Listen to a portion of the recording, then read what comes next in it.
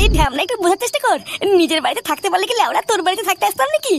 বাড়া আমি বিকেলবেলায় বাড়ি আসার সময় নিজের চোখে দেখেছি ওই পাওনাদার গুলো বাবাকে রাস্তায় ফেলে গেলাচ্ছে। আজ রাতে বাড়িতে হাওয়া গরম আছে বুঝলি, লেওড়া আজকে রাত্রেবেলা আমি বাড়ি ফিরলে বাবা আমার সেটার তক্তা খুলবে।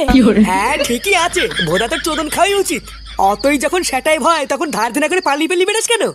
বাড়া অত কথা বলার টাইম নেই, তুই আগে বল আজ রাতের বেলায় কি তোদের বাড়িতে আমাকে থাকতে দিবি? আরে না ভোদা, আমি কি পাগল ছিল নাকি? বাড়িতে আমার বউ বাচ্চা আছে, তোর মতন একটা শুয়ে বাচ্চাকে আমি মাঝ রাতে ঘরে ঢোকাবো তুই ভাবলি কি করে? খুব দরকার পড়লে ক্লাবে গিয়ে শুয়ে থাকবে, কিন্তু এইখানে শোয়ার কথা ভাবিস না। আচ্ছা ঠিক আছে, তাহলে আর কি বলবো, আজ রাতটা কোনোভাবে ক্লাবে শুয়ে থাকা ছাড়া আর কোনো রাস্তাও তো নেই।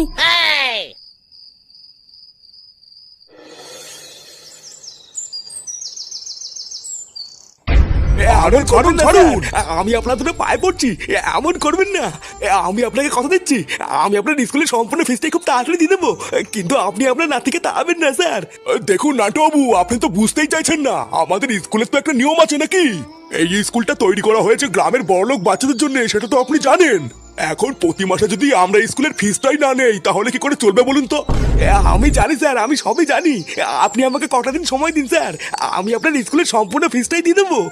আমরা সামান্য গরিব মানুষ, অনেক আশা নিয়ে আপনাদের স্কুলে আমাদের ছেলে মেয়েকে ভর্তি করাই। এখন আপনারা যদি আমাদের কষ্টটা না বোঝেন তাহলে কি করে হবে?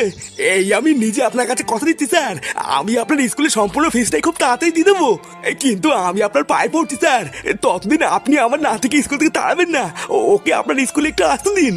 আহা নাটুবাবু, আপনি তো বুঝতেই চাইছেন না, এই সবের কোনো কিছুই আমরা হাতে নেই, বুঝলেন তো? এই সবই ওপর থেকে দিদি ভাইপোর আদেশ, তারা যা বলবে আমি তো তাই করবো নাকি। এই দাদু তুমি উঠে এসো তো, এই ভোদার স্কুল তোদের টাইম নেই। বাড়া গ্রামে কি স্কুলের অভাব নাকি যে স্কুলেই পড়তে হবে? অমন বলে না দাদু ভাই, এই স্কুলটা হলো গ্রামের সব থেকে ভালো স্কুল, বুঝলা? এই স্কুলে পড়লে তুমি বড় হয়ে বড় কিছু হবা। এই ভোদার স্কুলে পড়ে বড় কিছু না বাল হবো? বালা এক বছর ধরে পড়ে এখনো পর্যন্ত অওয়াই শিখতে পারলাম না, আমার নাকি ভালো স্কুল। শুনেছেন ওর কথাবার্তাগুলো শুনেছেন? এরপরও কি আপনি সেই একই কথা বলবেন? মাসে 30 দিনের ভিতরে 25 দিনই ওই স্কুলে আসে না, তা অওয়াটা কি করে শিখবে বলুন তো? না না নাটু বাবু, আপনি আপনার নাতিকে নিয়ে চলে যান, এইখানে আর আমার কিছুই করার নেই। যেই দিনকে স্কুলে সম্পূর্ণ ফিস দিতে পারবেন সেই দিন কি আপনার নাতিকে পাঠাবেন, তার আগে আর পাঠিয়ে লাভ নেই।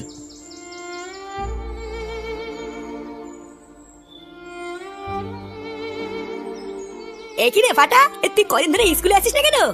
তোর কি হয়েছে নাকি বলতো? আগের মতন আর খেলতেও আসিস না, আবার স্কুলেও আসিস না। আরে শুনলি না, হেড স্যারের সাথে কথা বলছিল, ও তো স্কুলের ফিস দিতে পারেনি রে। ওর নাকি আবার 3 মাসের স্কুলের ফিস বাকি আছে, তাই স্কুলের ফিস না দিলে তোকে স্কুলে ঢুকতে দেবে না।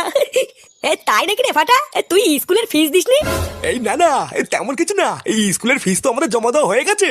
আসলে দাদু ভাইয়ের কয়েকদিন ধরে শরীরটা খারাপ তো, তাই স্কুলে আসতে পারছি না, বুঝলা?